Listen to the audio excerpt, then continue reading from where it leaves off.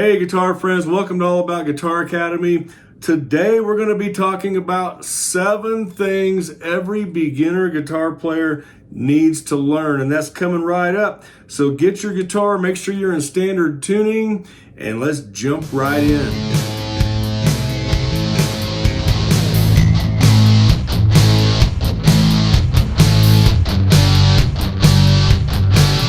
Okay, welcome back. So let's talk about the first thing that I believe every beginner guitarist should learn, and that is strumming patterns. And we're going to look at one easy, I think it's easy, and I think it's essential, strumming pattern that basically has a down, down, up, up, down, up type of a pattern. And here's the easy way to learn how to play that strumming pattern. It sounds like this with the G chord, down, down, up, down, up, down, down, up, down, up. All right, and the easiest way to start learning to play that strumming pattern is by not playing any chords, but by just using your strumming hand and fanning it up and down like this. So we want to go down, down, up, down, up, down, down, up, down, up. Just like that. But you want to practice it over and over to where it feels really easy on your arm. There's no tension there. It's super easy to do. And then once you're ready to move on to the next step, just cover the strings with your fretting hand. Don't make any chords. And just lightly strum the guitar. Down, down, up, down, down, up, down, up. Then when you're ready, add a chord. Let's add that G chord in there. Down.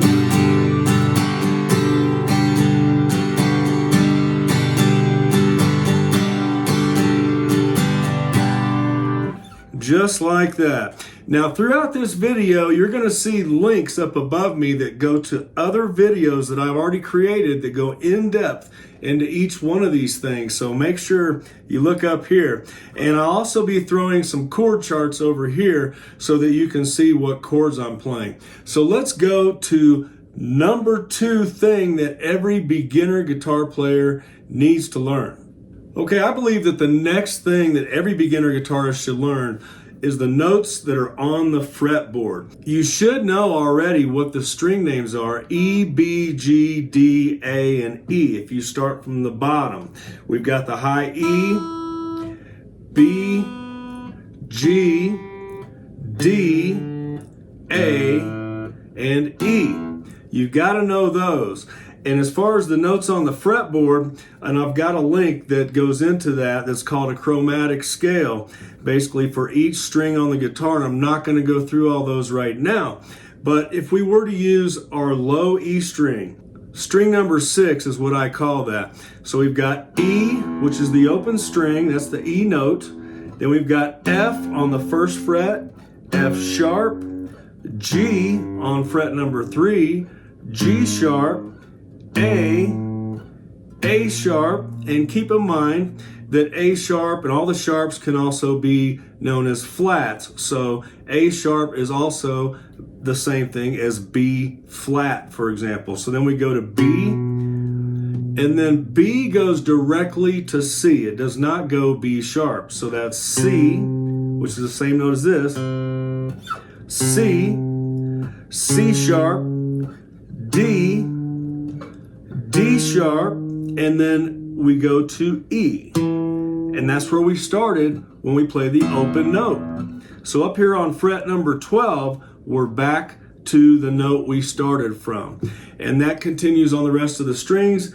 And make sure you check my video on the chromatic scale so that you can get a better knowledge of this. But you've got to know all of the notes on the fretboard.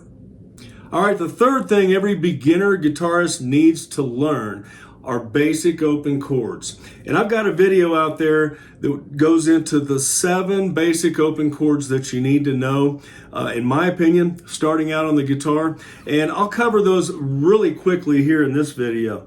But for example, we start with E minor. And you'll notice if I play E minor like this with finger 2 and 3, I've got my index finger available so I can go right to an E major by putting my index finger down on fret number 1 of string number 3. And now I've got an E major. So we've got E minor, E major. Now I can take this E major and go right over one more string towards the floor, and I've got an A minor. And then from that A minor, we want to be able to play an A major. The next chord we want to know is a D major. And then finally, G major. So you'll notice in the chord chart, the way I'm playing G major is a little bit different than the standard way to play G major. And that brings us to the fourth thing that every beginner guitarist should learn, and that is how to play G major in a way that makes the most sense for chord transitions. So we're going to want to learn how to transition between chords, and an easy way to play the G major that helps with transitioning between chords like C and D is to play it like this. I've got it up here for you. So what I'm doing, I'm using finger number 3 and I'm covering up strings 1 and 2 on the 3rd fret. Or another way to do it is to cover up strings 1 and 2 on the 3rd fret with finger 3 and 4. And that's another good way to play G major. But I like to play it like this. And the reason is because I can transition from G to C to D, and I've got a video link for that lesson as well, so make sure you check it out. But instead of C major, we're going to use a C add 9, and a C add 9 can be used in place of a C major most of the time, and it sounds really good. It's one of my favorite chords. So if I go from G major to a C add 9, I'm only moving 2 fingers down towards the floor, one more string down. So it's G major, C add 9, and then I can easily go to a D major from there. I'm leaving this finger right here, and I'm just lifting it off of string number 1 and keeping it on string number 2, and I'm going to my D major. So it's an easy chord transition method to learn. G major, C add 9, D, back to C add 9, back to G. Just like that. Okay, number 5 thing that you need to know as a beginner guitar player, and I should say that you need to learn, because this usually takes some learning. I've taught a lot of people how to play the guitar in my lifetime, and one thing that I run into, and it's very normal, and you might be going through this right now if you're a beginner guitarist, is not having your thumb up here high on the back of the neck so that you're able to mute this E string. And what I mean by mute is lightly placing your thumb over that string so that it's not heard. So if I'm playing a C major chord, for example, and I've got my thumb up here, I can easily mute this E string so it's not heard. Can't hear anything from this E string here, because if I played the E string, it would sound like this, which does not sound good, and we don't want to do that. So having your thumb up here high on the back of the neck of the guitar usually takes some practice. But here's the good news. Once you learn how to do this and keep your thumb up here, and this is for basic open chords only. This is not for bar chords. You notice my thumb disappears because I need to bring it back down here in order to play the bar chord. So back to open basic chords, we want to keep our thumb up here for all of the essential chords. So if we've got G, we've got C, we've got A minor, we've got D, and we've got E minor, you'll notice my thumb stays up here. Another good reason to have your thumb up here for those open basic chords is because you can play additional chords with your thumb. For example, there's a D over F sharp chord that's used in a lot of songs, and it's played by putting your thumb on string number 6, fret number 2, and playing all of the strings. So it sounds like this.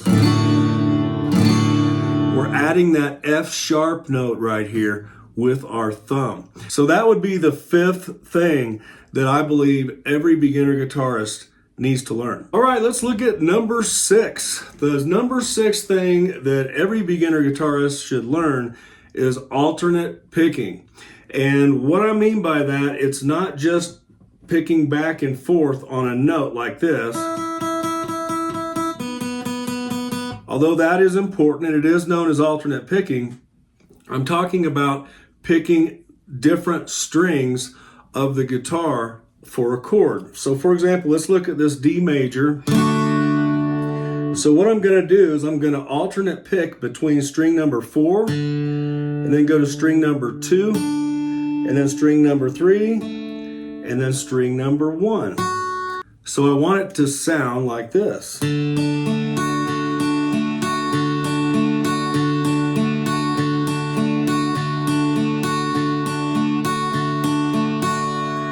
Like that. And I recommend that you learn that on every chord. What that's going to do is going to help you to be able to zero in on certain notes, certain strings of your chords as you start to learn how to do alternate picking on the guitar. And when you get into finger picking, you'll do a lot of that.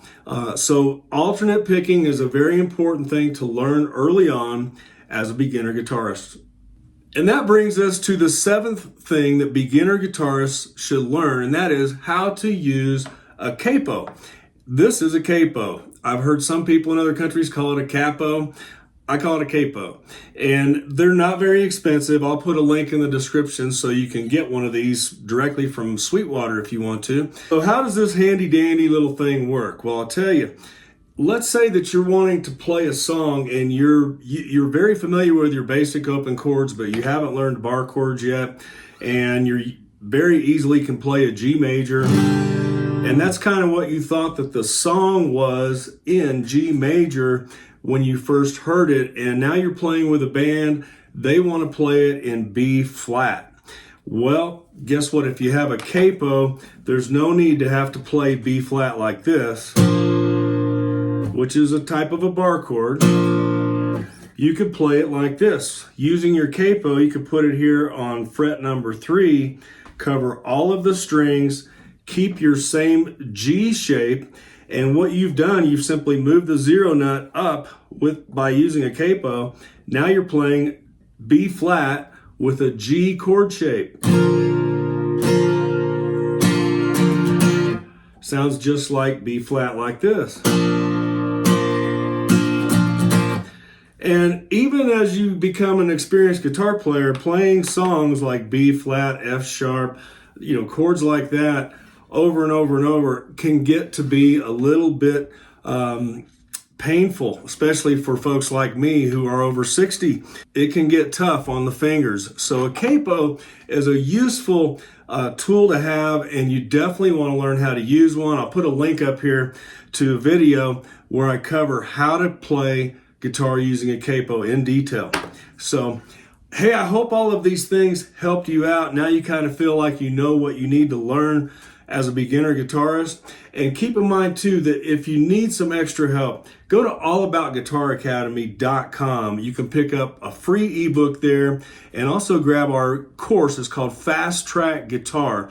We'll have you up and running on the guitar in 6 weeks or less.